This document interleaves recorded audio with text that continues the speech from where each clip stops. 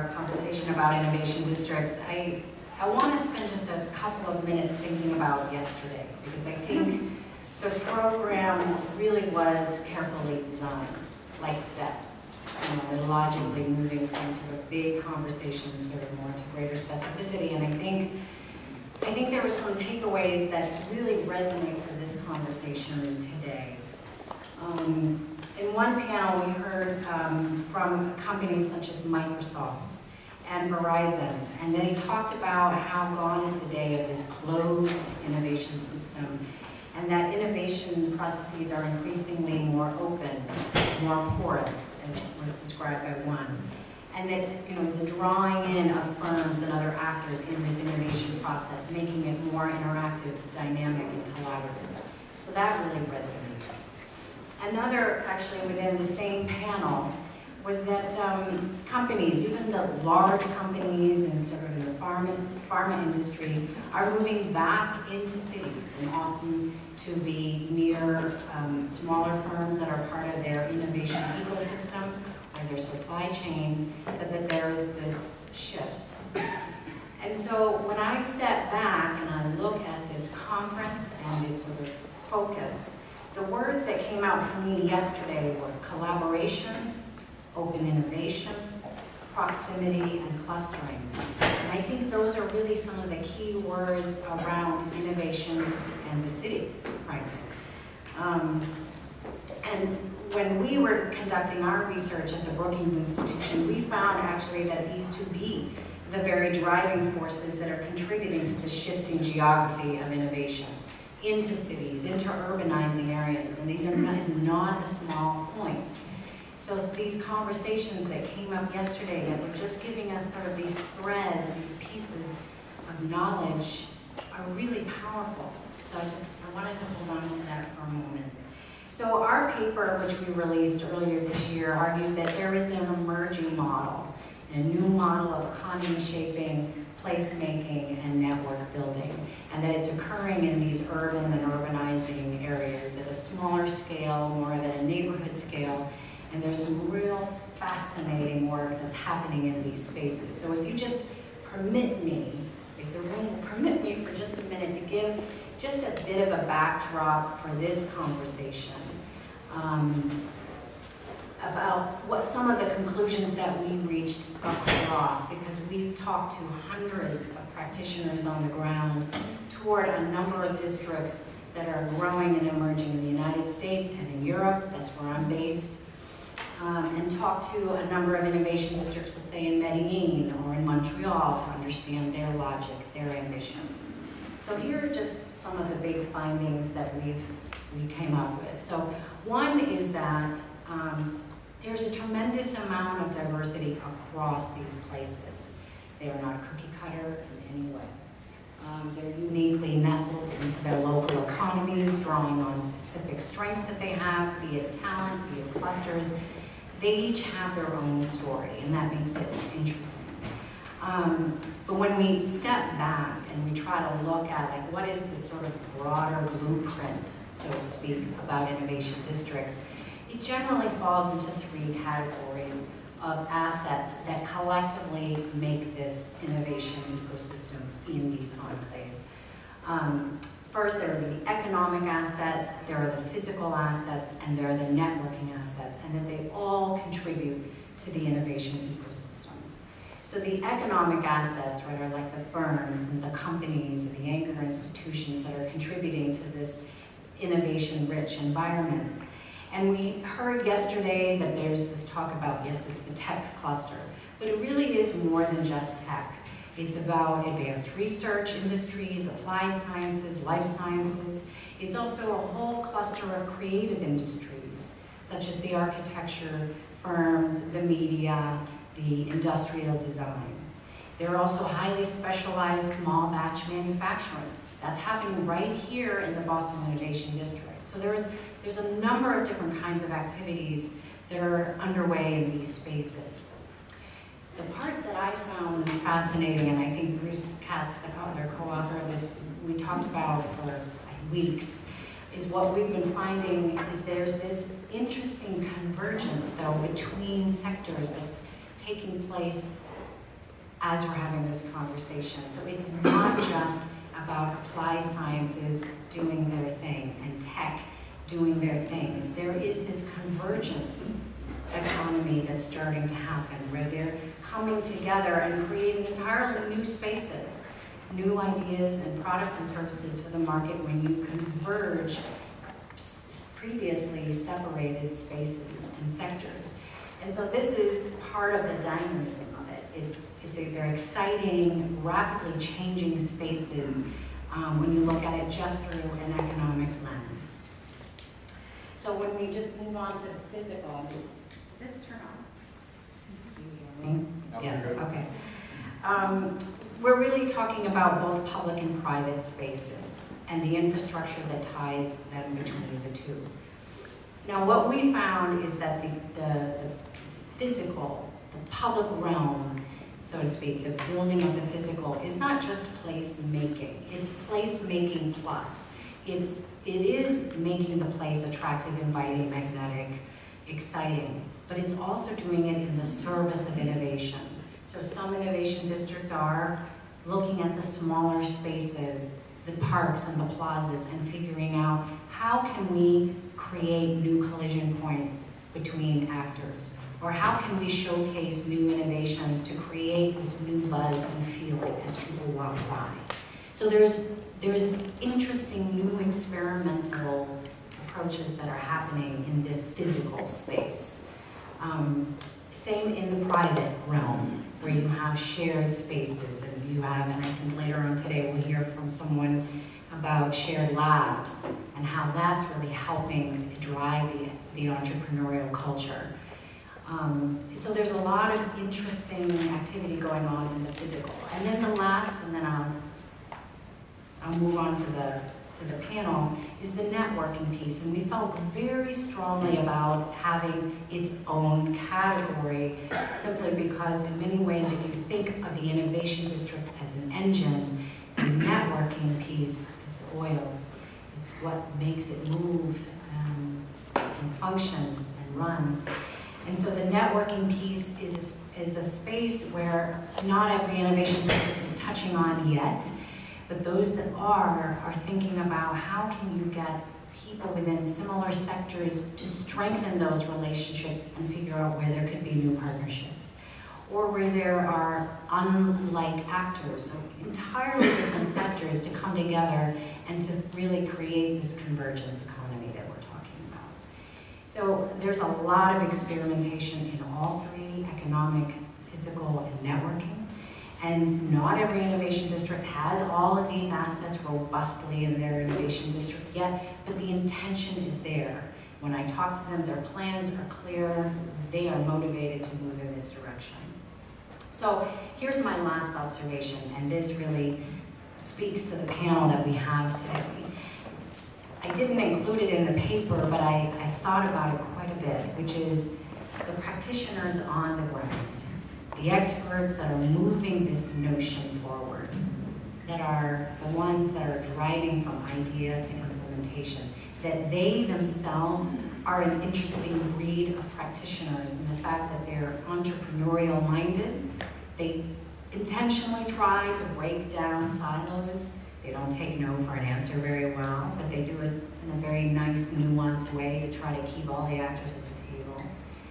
They basically are the juggler with all the balls up in the air, and they're highly creative and experimental. And so for me, it's a great pleasure to be the moderator of this panel today to talk about those 4 innovation districts.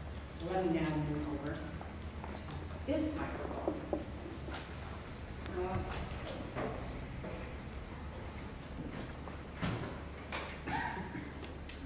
Working? Yeah. Okay. So with that backdrop in mind, I think the first question that would be helpful for the audience and helpful for me as well is really to understand each innovation district. We have 4 here. Each one is very unique in its own way. And so I think the question is, tell us about your innovation district in a succinct way about what is your ambition and what was it that drove you to create this particular ambition? Were there sets of challenges or opportunities that you see? Good morning. Our innovation district in Holyoke, Massachusetts, which on a good drive is about an hour and a half away, not so this morning,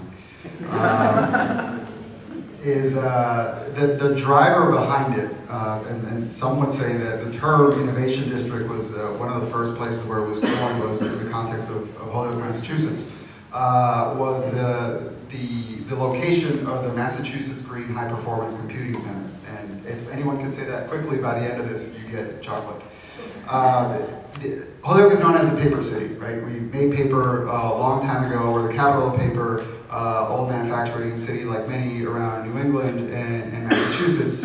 But that value proposition went away a long time ago when the paper mills moved either to the far northwest, machining to the south, and some of it's Asia as well, as other cities has experienced.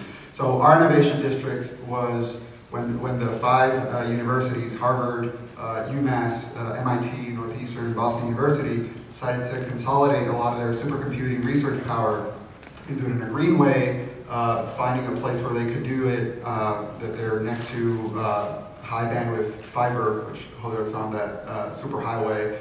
We have 90% of our energy is carbon free, most of it from hydroelectric that we own, and we have a very progressive and innovative utility company. They decided to locate there, but then the challenge was how do you take this huge supercomputing facility, which in and of itself doesn't create a lot of jobs, and particularly for the locals in Holyoke. How do you leverage that into broader economic development? And that was the challenge on the ground. And a lot of folks, even before me, and now along with me as co-chair of the Innovation District and Director of Planning and Economic Development for the city, is charged with leveraging that, as you said, by creating new spaces, reimagining the downtown. We have the largest urban renewal plan in all of Massachusetts, creating the networks between the creative economy that has a hold in Holyoke, the manufacturers that are still there, and opening new venues into entrepreneurship and clean energy. I'll pass it along. So CORTEX has 5 institutions as well that came together, and the common thing that we have, and probably you'll hear from the others, is leverage. So the whole concept was to leverage the assets, and the thing that was unleveraged was the research, and you know, terrific base of research among the institutions that sponsored CORTEX and that continue sponsoring CORTEX, but the lack of capturing the economic impact of that locally. That was the impetus, and I think a lot of these innovation districts are trying to figure out and do the same thing. If you look to grow where you are and to be all that you can be, you start with doing an environmental scan of what are your assets, and in our case, there was very strong research in the plant and life sciences.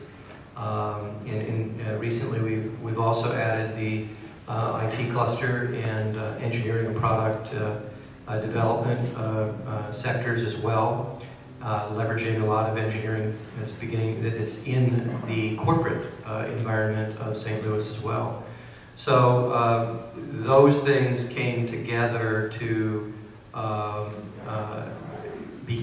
to create a dialogue that resulted in a physical location in the Midtown area of St. Louis.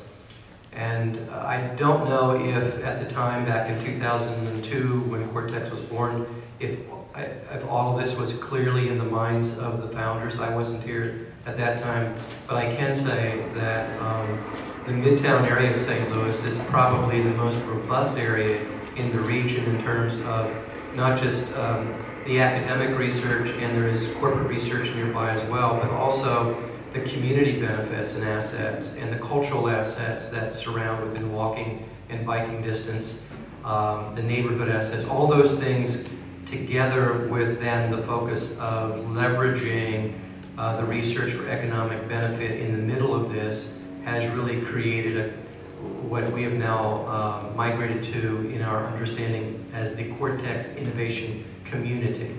So it started as a tightly bound area with lines on a map of about 170 plus acres, but as our experience has evolved, it now embraces the entire Midtown area with all of those assets. Live, work, play, learn. So that, in a nutshell, is what we're about. Morning. I think a lot of what Dennis said applies to the Detroit one as well as indicated applies to all of them in terms of leveraging assets and so on. So I don't want to repeat those, but I'll just mention briefly a couple of areas where I think the one in Detroit is quite distinct in what we're trying to achieve. First of all, it's important to know that we're still trying to figure out what we want to be when we grow up as an innovation district. We only launched 2 or 3 months ago. We've got a working group going of the universities and the healthcare institutions and the entrepreneurs, etc. A number of those people are in this room, so I apologize, we may hijack the panel to just continue our working group meetings here. And so we really are going through this process of doing the innovation scan, understanding the leverage we can derive from the institution, understanding how we can better facilitate through networking assets and improve physical places, the development of just in general a fantastic neighborhood, and what we can do to promote more interchange among the assets in that neighborhood. I'd also note, in addition to being quite new, it's a fairly large area. We drove a line around 4.5 square miles, really of greater downtown. So our innovation district covers downtown and covers midtown, and it covers, for those who are familiar, what's called the New Center, which, to show the legacy of automotives in Detroit, is called New Center because General Motors moved there in like 1920, and it's still the New Center. So we have a broad swath of greater downtown encompassed. It's over 50% of the total jobs in the city of Detroit that are within the boundaries of the innovation district.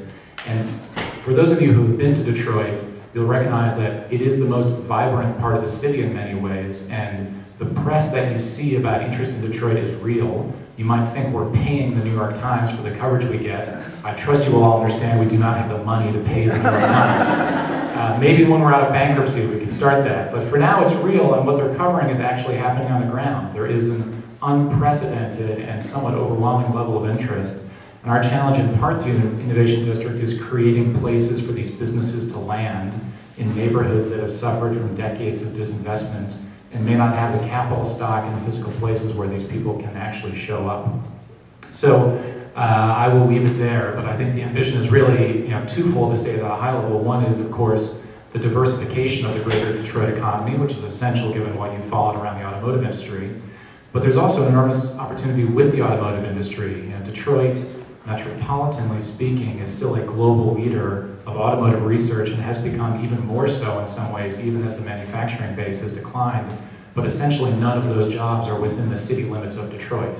That's just beginning to change. We had a few weeks ago the first major supplier announce an R&D facility going in downtown, and we are really hopeful that we can use the Innovation District both to diversify in all the ways that everyone is thinking about, but also to really play to the core strength of the really world-class R&D facilities in the major manufacturing industry around our city.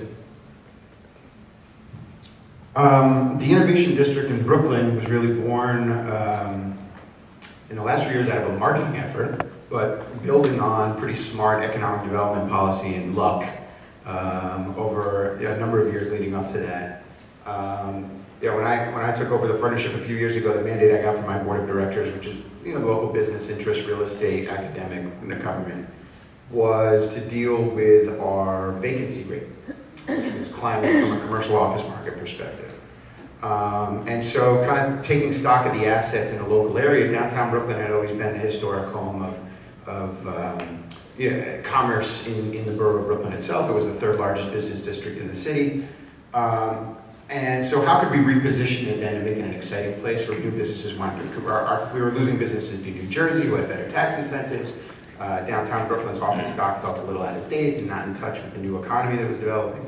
So we looked at kind of the greater downtown Brooklyn area, at the regional assets we had, and we had a green industrial office park called the Brooklyn Navy Yard, which had been very successful thanks to very smart government planning over a number of years leading up to that, and had a waiting list of 100 companies waiting to get in there, primarily innovation economy firms. And then we had a warehouse district on the waterfront that we called Dumbo, which stands for Down Under the Manhattan Bridge Overpass. And there, not flying elephants, although we like to pick that fun as well, but the vacancy rate had basically whittled down to nothing. There was no more space for companies to move in there. And a quarter mile uphill, we had downtown Brooklyn with 17 million square feet of office space and a vacancy rate that was over 10%. So we figured we had about 1.5 million square feet to play with to try to attract new firms to the area. So we worked with our partners in those 2 other areas, and we dubbed the area the Brooklyn Tech Triangle. And we just started to tell stories about firms that were growing there. People didn't even necessarily know all that was happening, or those stories about the demand for space that wasn't being met. And I love that continuum that you talked about the economic, the physical, and the network. So if you kind of place it in that, the economic had already started to take root very organically in some of these areas, particularly along the waterfront. And then also, downtown, we were predominantly tenanted by kind of back office operations for the fire industries and government, but still 16 million square feet of office space is nothing to just sneeze about, right? There's a huge economic development engine there. And kind of got together the 3 points of that triangle and said, all right, in order to transition from the economic to the physical, how do we get the attention of our local elected officials again, our new mayor, talking about what the potential of the area could be. We all came to it with different needs. Dumbo needed more office space, the Navy Yard needed more infrastructure development, and downtown we needed to fill up that office space. And so we were able to advocate for that physical funding, right? So additional parks and plazas, and that, I love that way you said the points of collision, right? Places where people could come together and really get to know each other. And so a combination of that additional funding, which we were able to leverage into more announcements and more stories.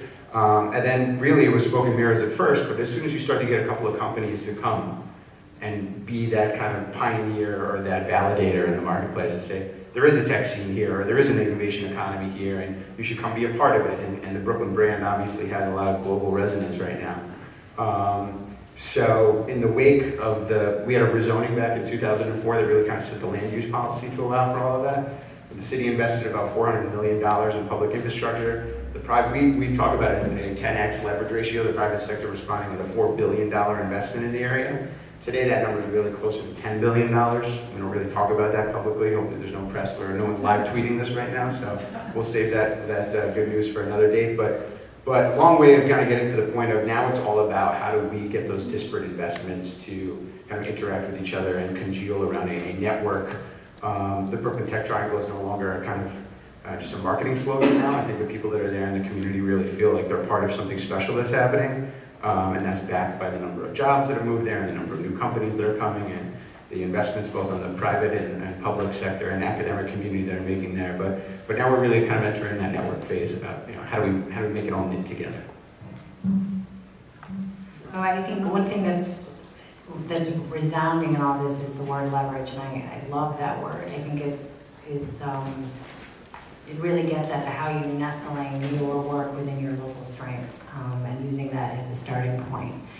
I wonder if then, when we talk about ambition, that's one thing. And then you sort of translate that into a set of strategies on how to realize that ambition.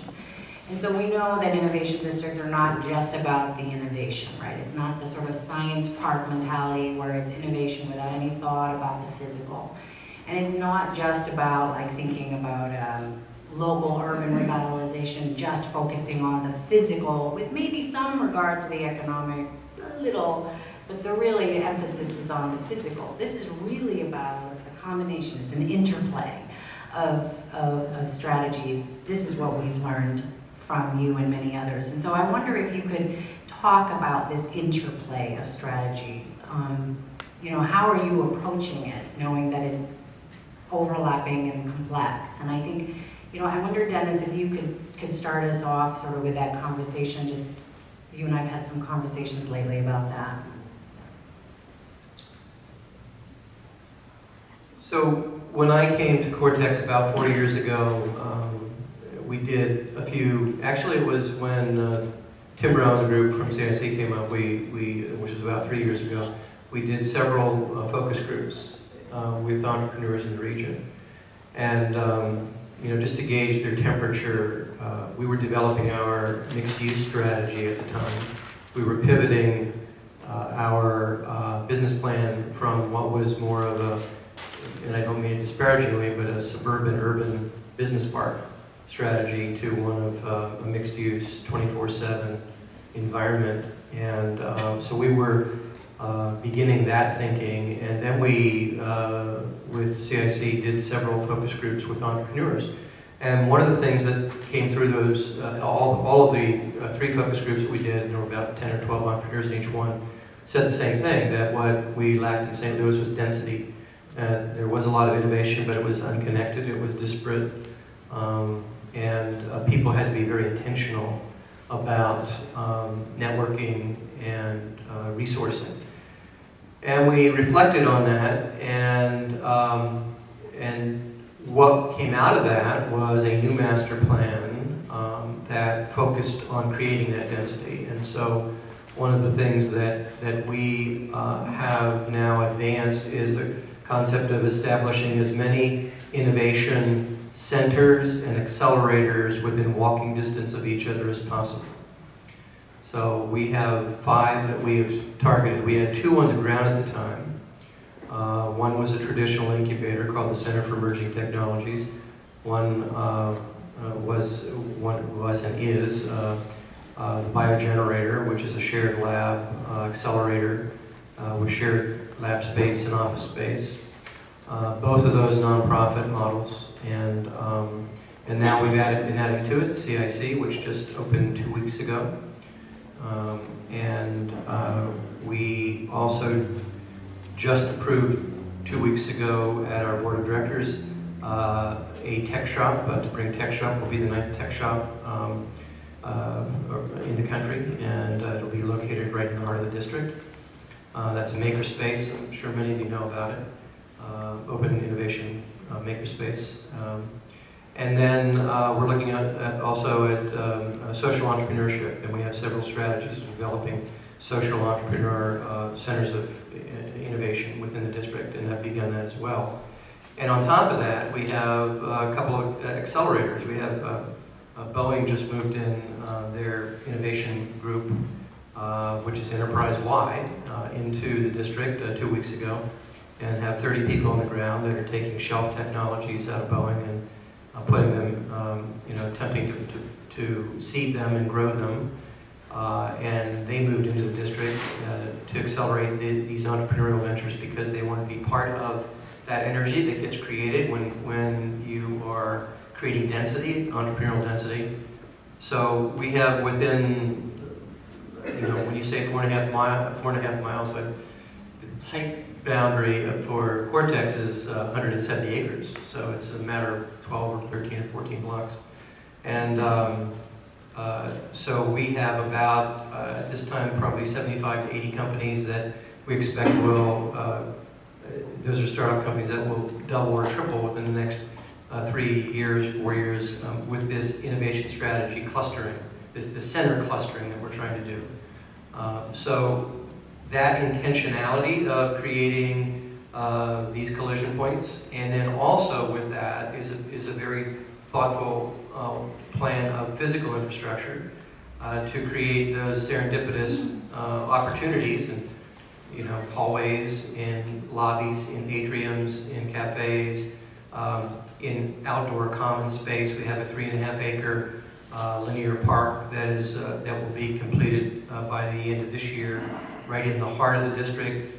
We have worked for 8 years, and finally just were able to put together a new Metrolink stop that will open now in 2 years, and that's right in the heart of the district, adjacent to this public space, a common space. We're going to be programming that CORTEX Commons area with activity on a regular basis through the week and on weekends. All of that is to allow access, allow interaction with the different centers and with the entrepreneurs and the workforce, which then spawns more and more company formation. So that's sort of the strategy that we've taken.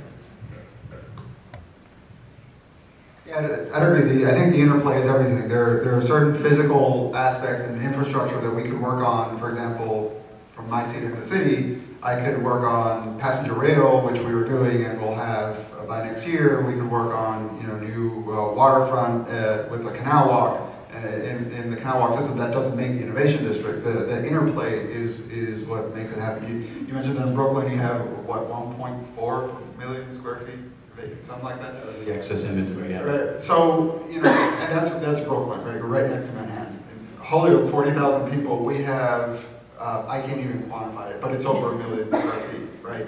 And so at that scale, Western Massachusetts, with the challenges of, I mean, you think some of yours is updated. So, and then you have an excess supply of office space, right? In downtown Springfield, it's going for $12 a square foot.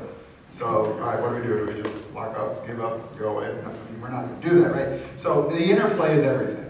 Because you can't just build it and see what happens. Hopefully they're going to come. No one's going to make that investment. No one's going to, I mean, other than the public sector, right? Which we've seen a lot of.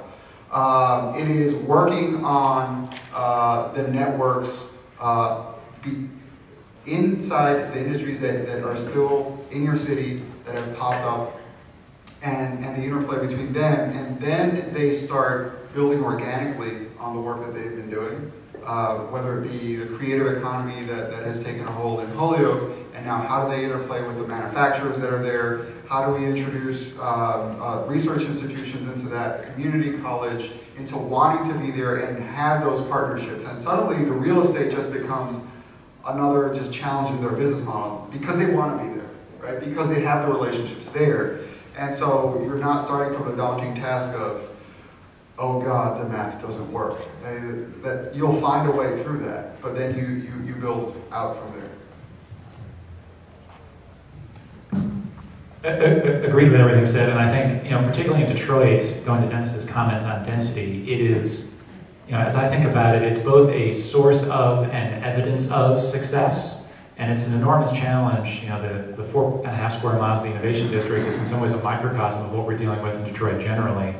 I would love to deal with 170 acres. We end up talking a lot about square miles, many square miles, right? There's the 4.5 square miles of the greater downtown area that we've wrapped into the Innovation District, and then there's the 40 or 50 vacant square miles around the city that we need to deal with, which is like a whole other set of conferences to go to about.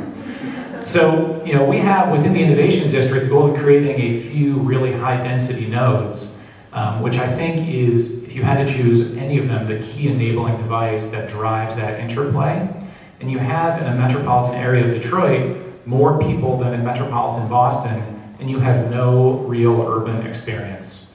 And if any of you here happen to be from Detroit, you'll relate. There's always this conversation of like, of course we have an urban experience. You can live in downtown Royal Oak, which is a lovely suburb. Except that's a lovely little downtown in a suburb. And I think the only place where there has the potential to create that is where one already existed and where we are building it anew, which is in the bones of the one in greater downtown.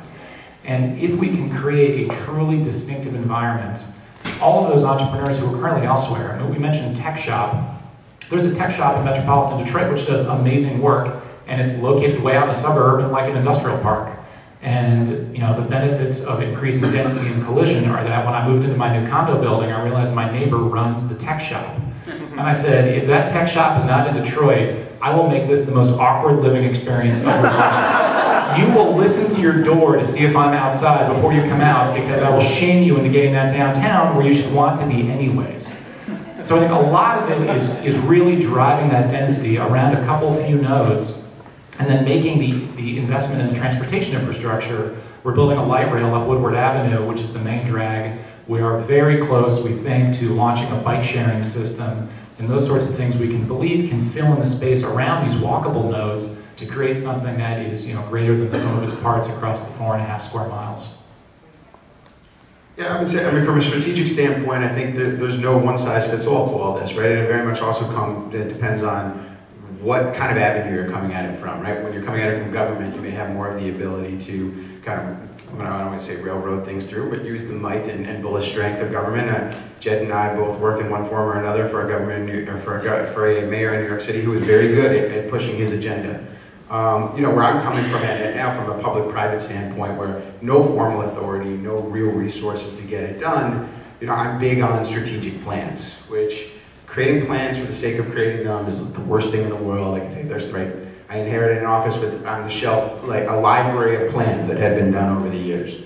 But when you're actually trying to manage a process, it's a bear in the beginning, right? To get everyone together and have these strategic planning meetings and get everyone bought in and get them to coalesce around a vision and agree to it and adopt it. And that process can be painful and it takes a long time. But then once that's done, I find very successful is the only way of kind of making sure all the cats kind of march in the same way. Otherwise, people are constantly, what are we doing and why, and what is this initiative, and what is that, and why? Just, this is the plan, you adopted it. I refer you to page 63, right? Whatever it is about, whatever specific question that they have. But then you have a framework in order to kind of get everyone bought into a vision and lining up resources. And then implementation, there's a bunch of different strategies too, right? So whereas for government it may be aspirational, whether appealing to their ego or toward real specifics around jobs or tax revenue or things like that, try to get people excited.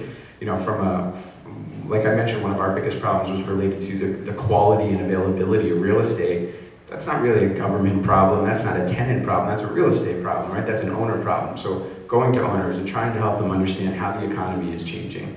And you can imagine somebody coming in and telling owners of real estate that are maybe family dynasties or have been very successful in their industries, and here's this person coming in and telling them how they're doing it all wrong, right? Very well received. But so you have to use different strategies, I think, with different audiences. With the tenants, it's a different strategy as well, trying to get them excited about what could be there if they come, or supporting their growth once they've been there. And so, right, there's not a one-size-fits-all, and I think where you're coming at it from makes a big difference around what type of strategy you adopt in order to try and get anything done. I want to pick up on this last point. I think that leaders of innovation districts or the leading group of folks that you pull together really have to be dreamers, and you have to be visionary.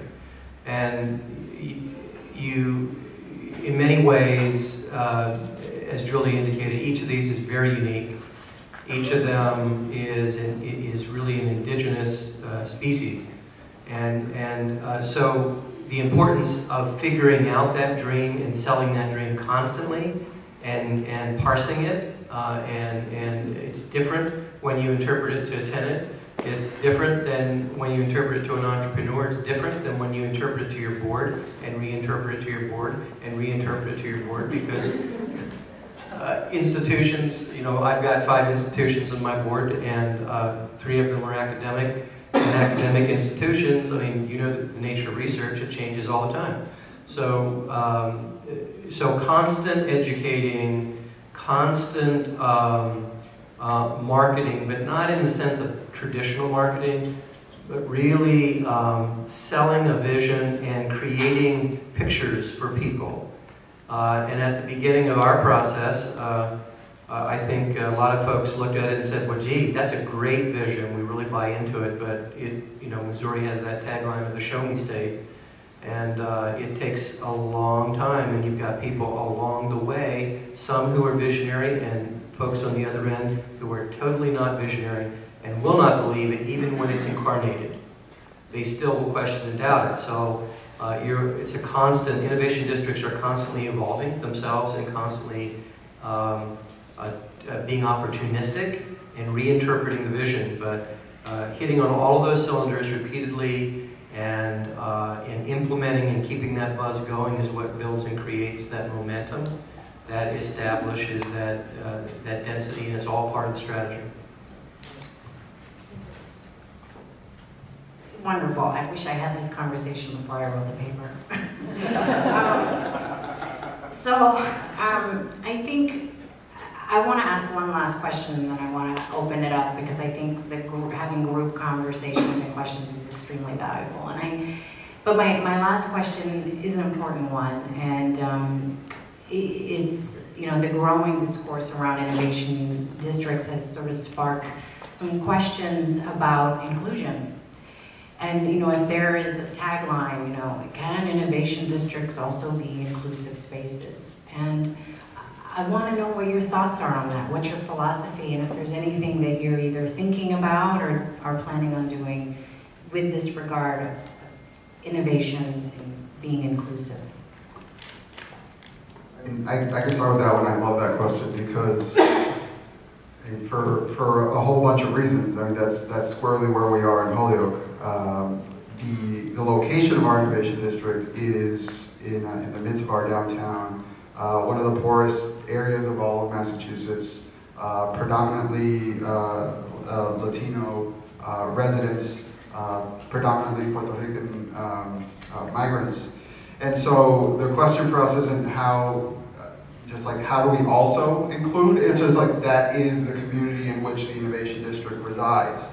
So, you know, I've said in the past, we're not going to be Kendall Square. That's not what we're trying to be. We're not trying to mimic other innovation districts in the sense of being the new hotbed for apps or tech scene. There will likely be a component of tech as we have now the computing center and research and all that. That's very important, of course. But it goes to the broader question of if innovation districts are going to be sustained and grow past the either planning period or initial implementation period. It cannot just be a matter of institutions implementing it, whether it be government, bureaucrats like myself, or folks in the private sector, or academia. How do you actually involve everyone to buy into the innovation district? Otherwise, I don't think it's that innovative, right? It's just like another couple of organizations getting together and putting together an economic development plan, right? So this concept of, we talked a lot about democratizing innovation. How do we open the floodgates to allow people to, this is part of their thing too, whether it be, even in the physical realm. We made a placemaking idea book on how can we get people to just decide to do stuff. And that's a very uncomfortable position to be as the director of planning. Like, I know I'm backing myself into, oh no, how do I get into that? I already have gotten myself into that a little bit. But that's great, like that's part of the innovation as well. So that people can see themselves doing that. And entrepreneurship is another one. We've started a new entrepreneurship center, and to be frank, we toured a lot of them in New England and even in the Boston area, and they look very homogeneous, very tech, and even the demographics behind it. We actually looked at a few other models that have started up. Beehive was a really interesting model that we looked at. Ours is called Spark. We modeled after the Merrimack Valley Sandbox, now Entrepreneurship for All. Hey, Raj. There are some interesting models out there of people who are thinking of economic development organically with the community, not seeing it as a challenge, but seeing it as this is the opportunity that we have to grow with the community.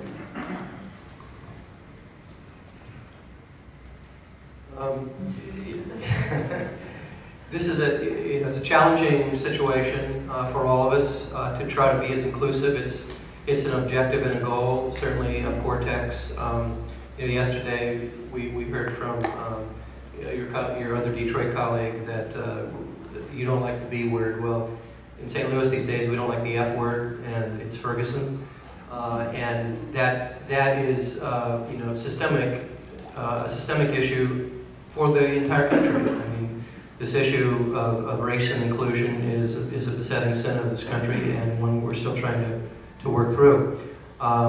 We have, in CORTEX, attempted from the beginning to be as inclusive as we are able to do, recognizing that it's difficult to do all things and be all things to all people, especially when you're talking about new economy, jobs, and you're talking about new opportunity. You are front and center in that discussion all the time. So we have an intentional inclusion program that we work at on a daily basis. I would say that probably 15 to 20% of my time is involved in inclusionary discussions and planning and programming.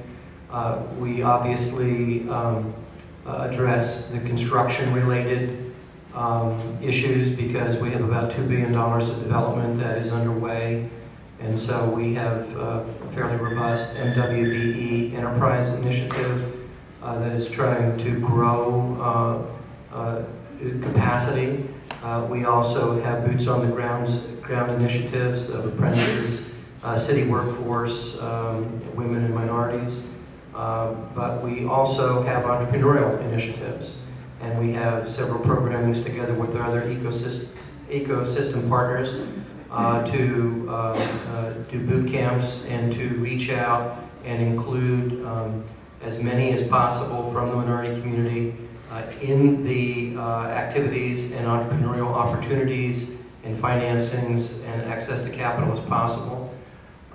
We also have a long-term initiative of looking at middle school and high school educational initiatives. So I sit on the advisory board of 2 forming schools, one an all-girls STEM school, 6 through 12, The other, and that's a charter school. The other is a public magnet schools, bioscience and medicine STEM school. And we are working also on connecting them up to companies within the district for mentorship purposes. So trying to make those connections. Tech Shop is part of our strategy. We're working with Tech Shop in looking at taking mobile Tech Shop into the public school system within the St. Louis area as well.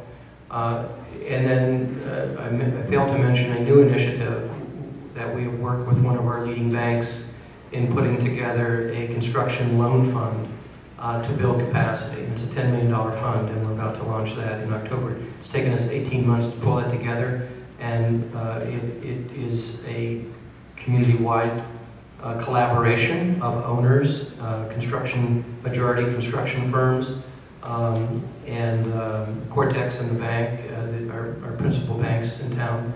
So it just requires constant thought and effort, and we believe that this is not something which is it's not just something that we have to do. We are doing it because we believe in it, and because we believe that in order for us to be truly successful and become an international city of prominence, we need to be as thoroughly inclusive as possible.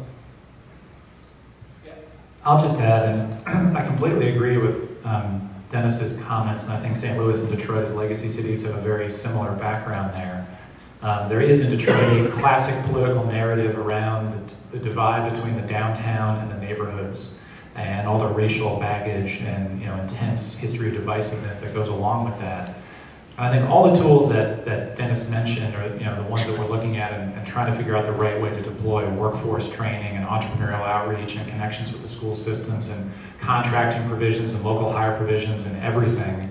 And I thought it would be rude to be taking notes blatantly during the panel, so I'm just going to talk about it with him afterwards, about how they're going and what we should do. All that is essential, and similarly, it's essential both from it's essential from achieving our mission and becoming, as stated, a real world-class and inclusive city.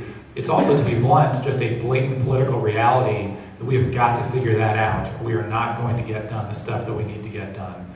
And if everyone does not feel included, that will seriously impede our ability on a political basis to take actions in the city that we think are really necessary to revive it. And I would also add that I think on top of all the formal programs you put into place, one of the toughest nuts to crack is sort of just the feeling of comfort. And in a place like Detroit, with decades of history on this, I think it's not entirely straightforward how you can make sure that people from downtown feel comfortable in the neighborhoods, bringing programs out, and people from the neighborhoods feel comfortable downtown. And even when you have all these great programs, that people actively seek it out and feel included, like it's a natural thing instead of some forced thing. And I think we need to change that through very consistent communication and ultimately real relationship building. And that's what a lot of these programs are about, is creating the opportunities to drive very strong relationships between communities within the city that were not always naturally connected in that way. And through the, I hope, unison, combined efforts of all the formal programs we roll out, as well as real strong efforts on communication and relationship building, we can start to turn the tide on some of those issues and make it a really world-class and quite successfully inclusive program in greater downtown. Yeah, I mean, the question of inclusion, we talk about it as opportunity in the way we kind of define it, but it's all the same thing, and I think it's important both for two reasons. One, Jed just alluded to it. I mean, a lot of us work in cities. We all know that politics is like a full contact sport, I'm sure, in a lot of our localities, right? If you lose on the optics, if you just say, inclusion will take care of it, leave it to the marketplace, they'll create jobs that people will get, you're going to lose on the politics, and then you're going to lose on everything, right? So from a political and optics standpoint, incredibly important. But then the real important piece, the substance, right, of trying to improve people's lives and trying to give people opportunity. We very much confronted in the Brooklyn Tech Triangle, and it's very present in our planning. We're really on two kind of avenues, I think. One, and this piece is a little bit easier, although trust me, this has not been easy, but we have 57,000 college students in the area of 11 colleges and universities. up till just 2 years ago, those college presidents never met. They never got together. They get together once a year to have lunch with the Bishop of Brooklyn. Just, hey, how you doing? Right, they're all within a quarter square mile of each other. And they had a congenial relationship. There's not really a competitive piece to it. They just never got. So we spent a lot of time convening those presidents. And then building the connections between the academic community and the innovation economy, right? Why aren't these CEOs sitting on your advisory committees? Why aren't these, C-suite employees at these companies teaching at your schools as adjunct professors? Or what can we be doing to demonstrate? We hear from a lot of the tech companies, local companies, that they have a hiring problem. They can't come up with enough talent to fill the jobs that they're creating. And they're not so interested in like job fairs or resumes. They want to come and see what the kids can do. So having all sorts of events that also kind of build a network as well, to demonstrate to the companies that are there about all the opportunity to work with these kids in the area. So I think we made a lot of progress over the last couple of years doing that. In fact, we're actually going to, again, please don't tell anyone this yet, but we'll be launching a college consortium, like many localities have, this coming spring. We finally lined up some funding from the city to do that. And it's almost the exclusive focus on it is going to be jobs and job creation, and how to build better connections between local employers and the schools themselves. So if anyone knows anyone great that knows the intersection of those two things very well, please come see me afterwards. We're going to be looking for someone great to do that for us. But the second piece really gets to the kind of chronically underemployed population that's in downtown Brooklyn that lives in the City Housing Authority. And that's a lot tougher, right? Figuring that out. If you figure that out, you probably figure out how to solve the problems of cities, right? We have an unemployment rate that is higher than the national average in Brooklyn. And a lot of so we make small efforts that are a gargantuan amount of resources. We convince the city's workforce arm to come in and run a pilot program for local residents related to coding, right? And there's all these new companies out there now, or academic, pseudo-academic organizations that claim, you give me anyone and in 16 weeks I can make them a coder. Okay, so let's get a bunch of people, and then we do a pilot of 30 people or 50 people. It's not at the scale that's actually gonna make much of a dent, but it's a step in the right direction. But then a lot of times too is just trying to get government out of the way. We launched a kind of ubiquitous Wi-Fi network recently in the area, and we want to extend it to the city's housing authority, which is just across the street from a lot of where these tech companies are. And we've been fighting for 18 months to try to give the city housing authority a free Wi-Fi network that we're going to pay for and install and run, and they can't get out of their own way to let us get access to the building to figure out where to mount the points and put them up, right? And that's in New York City.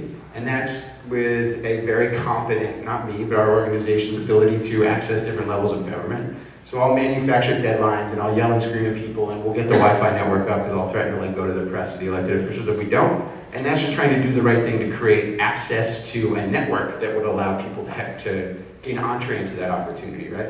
So that's the inclusionary piece. And I'd be interested to hear from everyone else here, right? How do you figure that out and really that is at the heart of a lot of, I think, the challenges that we're trying to address. Thank you all for just really reflective, thoughtful comments. I really want to open this up to questions. I think we have, 15 minutes? Is that right? Maybe a little bit more?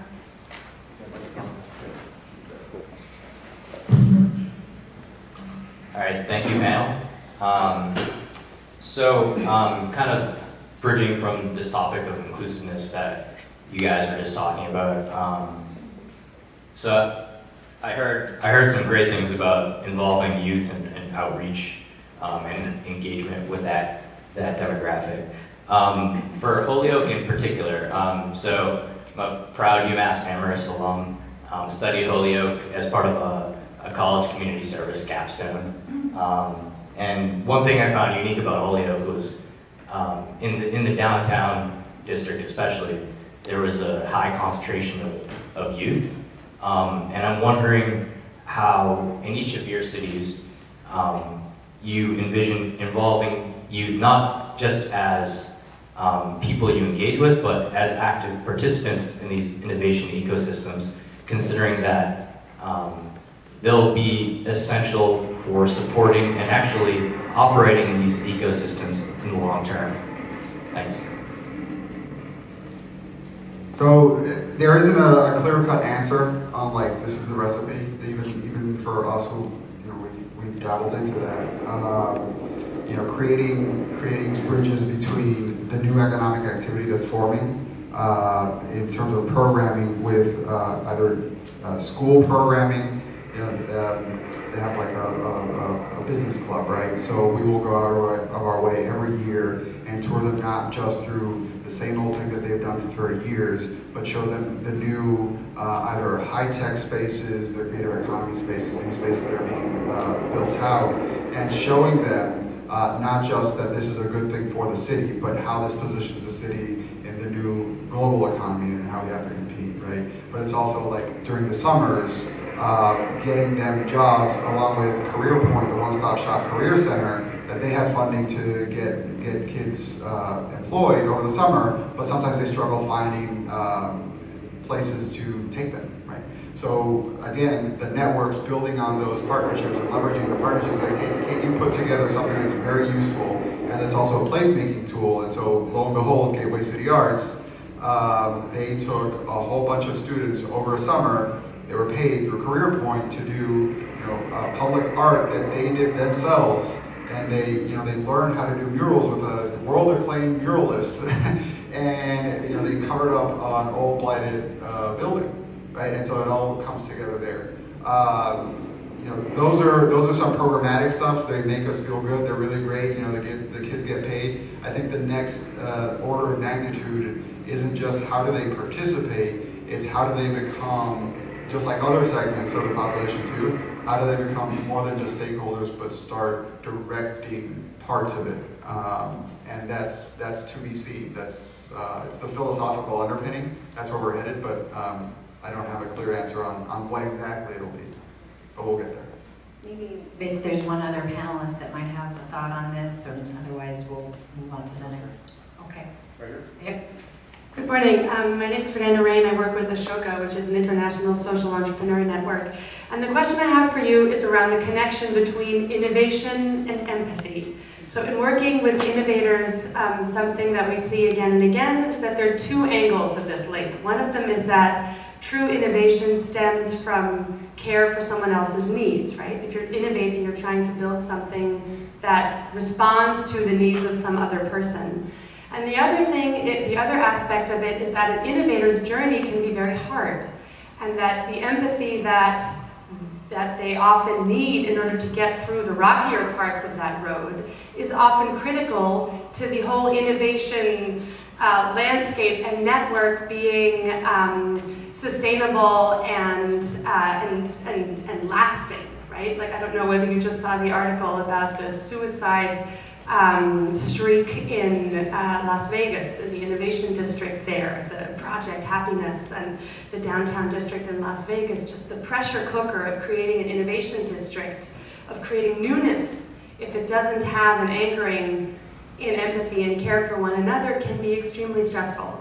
So I guess the question to you all is, how do you, when you are envisioning an innovation district, and this gets also to the point of inclusion, right? How do you make sure that innovators that are there and see their role as sort of leaders in creating on the basis of empathy and being empathic toward each other, and also form a bridge with the outside world, not as a district that is creating at the city, but creating for the city and with the city?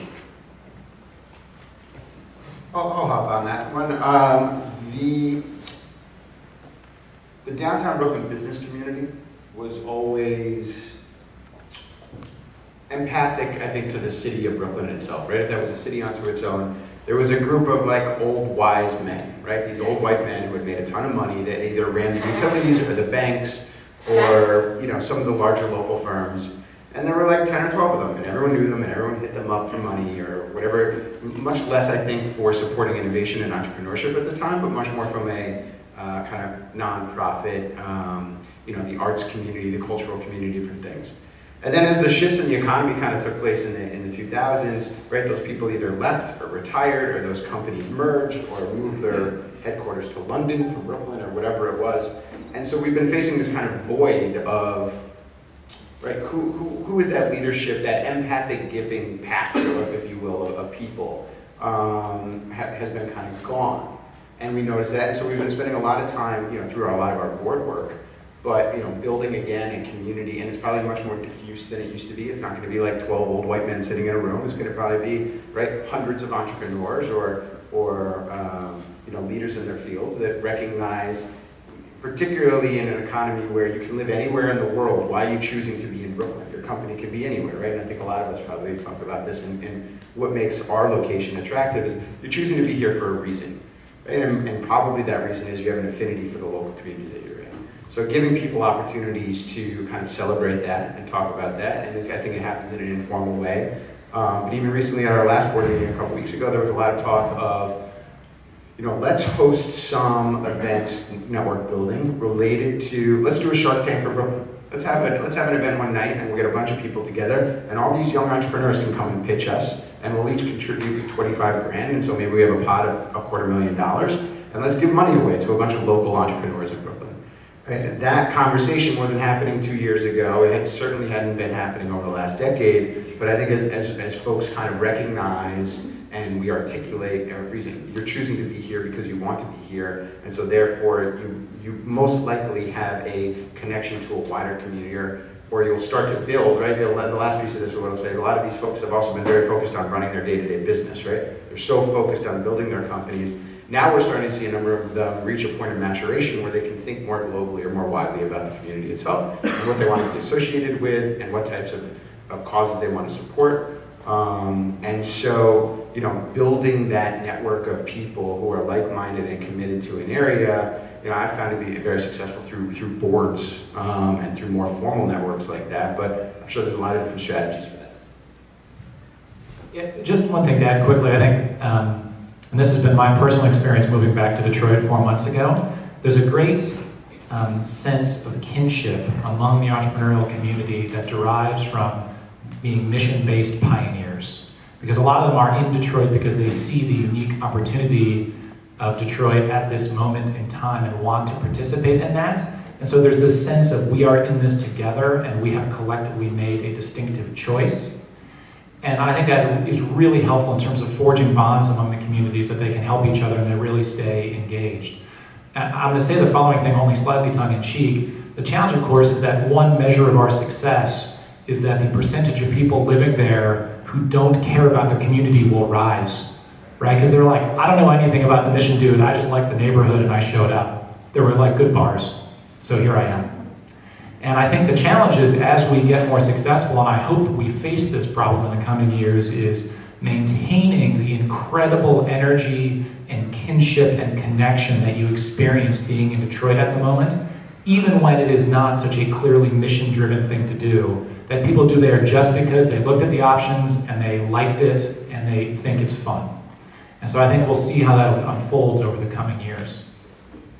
Before we get to the next person, I want to say that I think you're asking a very interesting question and making some interesting observations. So to a point where, I would actually like to explore this further. And so, find me.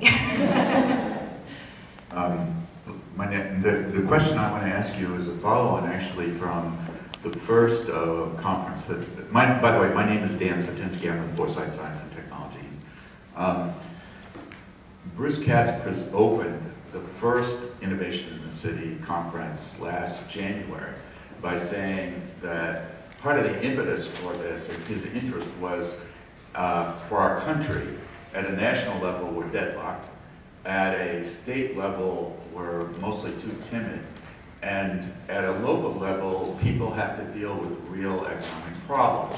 So the points of optimism in the country for structural change in our economy are to be found locally, and the initiatives for solving structural problems in the economy are being undertaken by people like you on the ground. And when I listen to you, I'm thinking, okay, you're trying to solve real estate problems, you're talking about empathy with entrepreneurs, financing, and yet you're also this pioneers for the new economy. And I'm wondering if you could comment about whether you see yourselves as pioneers for the new economy. Do you consciously think about your mission that way in the midst of all these you know, very intense and difficult problems that are internally focused for your innovation district? Good. The answer is yes. In our situation, I've only been back in St. Louis for 4 years, but I really believe that what we are doing, and it's a we, it's not a me, I believe that what we are doing, and I believe that our board and our partners recognize the deep significance of the effort that is being put in order to create the next generation of headquartered companies in St. Louis, and the opportunity for all St. Louisans to participate in that. So there is I think at different levels among our partners, but it's definitely above the 50% level. Some are 100% mission driven, but we are very conscious that what we are doing will have a profound impact on the future of the city. And so, depending on how you define the word spiritual, I think everybody has their own sense of the importance of our effort together. And that is right across the board from public to private. So the partner that we have in the city is phenomenal. And you know, I can pick up the phone with a problem and I can have an answer before the day is out. And to do that in a large urban city is a challenge.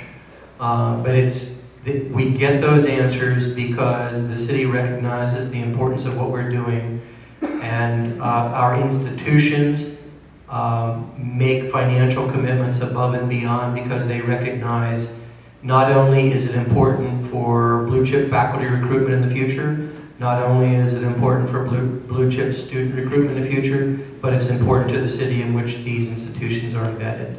So there is a very deep missional a drive that's associated with what we're doing, but at various levels of consciousness.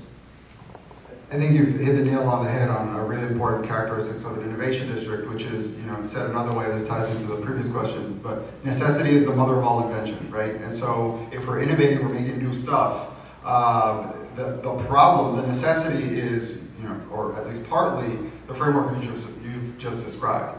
And so it forces the tackling of the new economy, the socioeconomics that we have and we face in our cities in new ways. And so yes, we definitely see ourselves as innovators and try new stuff, and sometimes things don't work, and we like to think that more often than not they do work.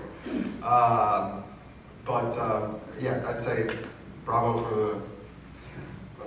One last question, and I just want to make an observation from all my interviews. I would resoundingly say that these practitioners, from my vantage point, are on the front lines of economic change in ways that we can't even measure yet. Great. This is a great panel. It's wonderful to see the different perspectives from across the country. One of my observations, you know, I'm Raj Melville, and as Marco said, you know, work for the Deshpande Foundation. We've been working in Lowell and Lawrence with a very inclusive model of entrepreneurship and innovation. And one of the things I observe is the conversation when it comes to innovation. The vocabulary in the conversation kind of gravitates to tech-centric things like tech shop and, you know, startups and entrepreneurs. And my challenge and my question is, you know, how do you change the conversation and the vocabulary so that it really reaches out and becomes more inclusive, so that people in the community who are thinking about starting the next bakery and wants to, you know, start that, or starting a textile manufacturing company, which, you know, right now in Lawrence has hired, you know, 15 immigrants. How do you get those people to step forward and think of themselves as part of that innovation fabric? Because otherwise, you know, the message seems to be really polarized in one direction. So how do you change the conversation? I want to take a quick response on that.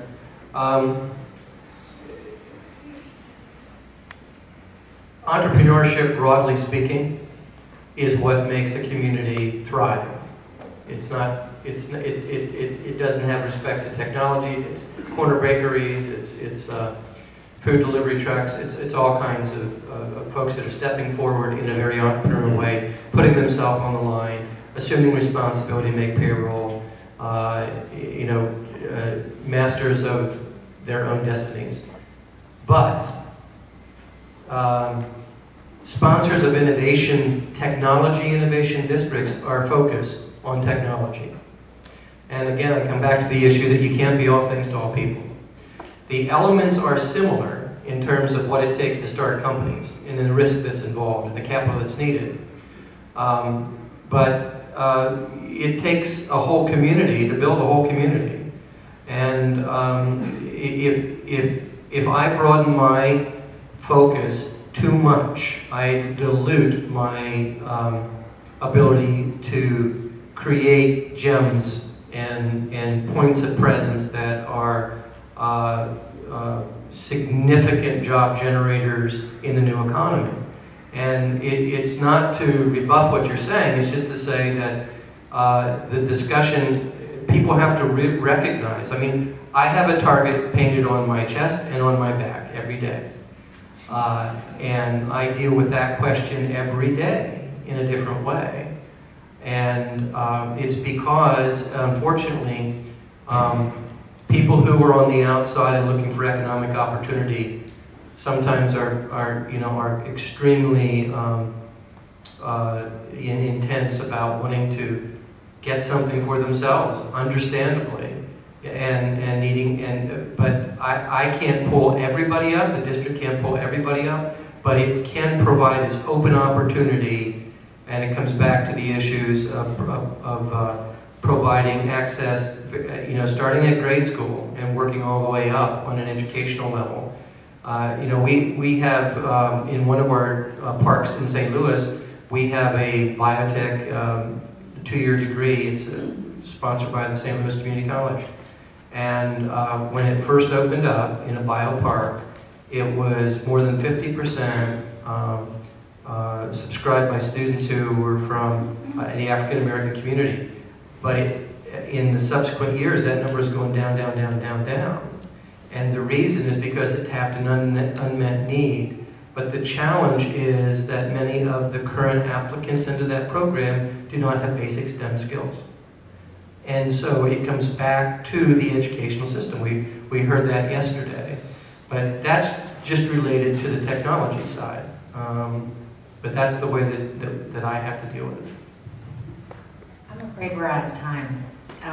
Here's my thought, because it's clear that there's a lot of people that want to keep having conversations. We have a break.